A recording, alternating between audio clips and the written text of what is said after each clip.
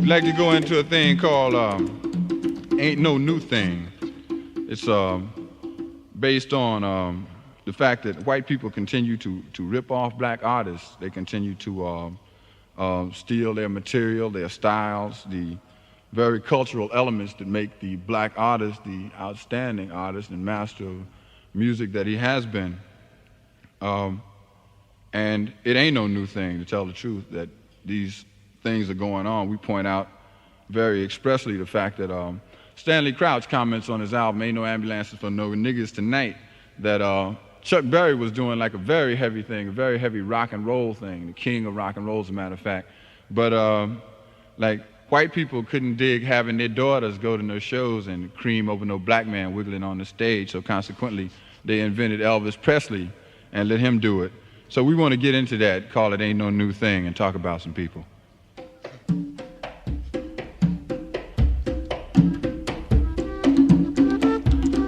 Cultural rape and no geographical boundaries on white hate, and bizarre, scarcely concealed attempts to eliminate black generators of sun heat feeling.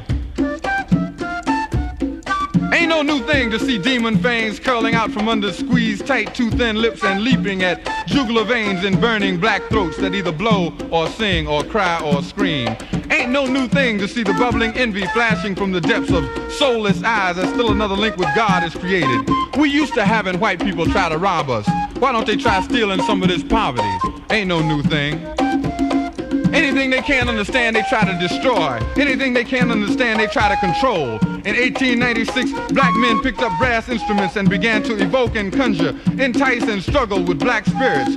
Rhythmic spirits of blues, work songs, gospel songs, freedom songs, and songs of love of Mother Night.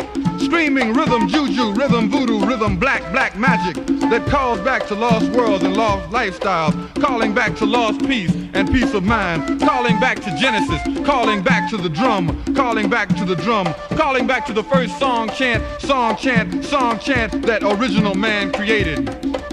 In 1896, this new spasm was called ass, but the ass would not be kicked. So it was copied in an attempt to control it, and then it was called jazz. We used to having black innovators copied and sent back to us. What about the Osmond Brothers? What about Elvis Presley? What about Tom Jones? We used to having people try to rob us. It ain't no new thing. They used the media to project their jazz idols. Tommy Dorsey and Jimmy Dorsey and Harry James and Benny Goodman, and I suppose someday Lawrence Welk will join that elite group. And then there was sweet Bessie Smith laying on the blood-soaked backseat of that broken-down jalopy with a tattered quilt wrapped around her shoulders, waiting for someone to come to her aid on a rainy Mississippi night, while a white hospital will not accept her right across the street.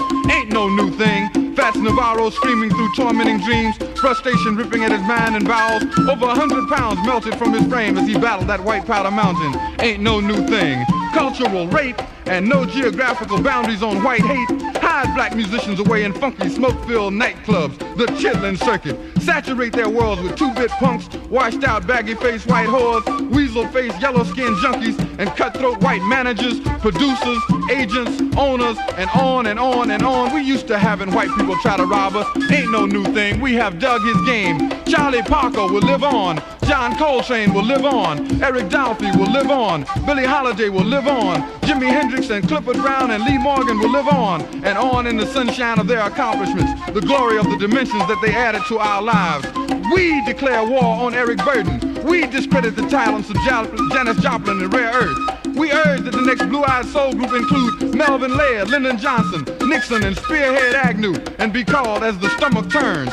We urge that the album John Wayne Sings the Blues be released. Release the album J. Edgar Hoover Sings James Brown. Release the album Wallace and Maddox Sing Sam and Dave. Why not? We hear Tony the Tiger saying, right on, Tiger. We heard Nixon talking about power to the people. It ain't no new thing. It ain't no new thing. It ain't no new thing. It ain't no new thing. America is always the same old shit.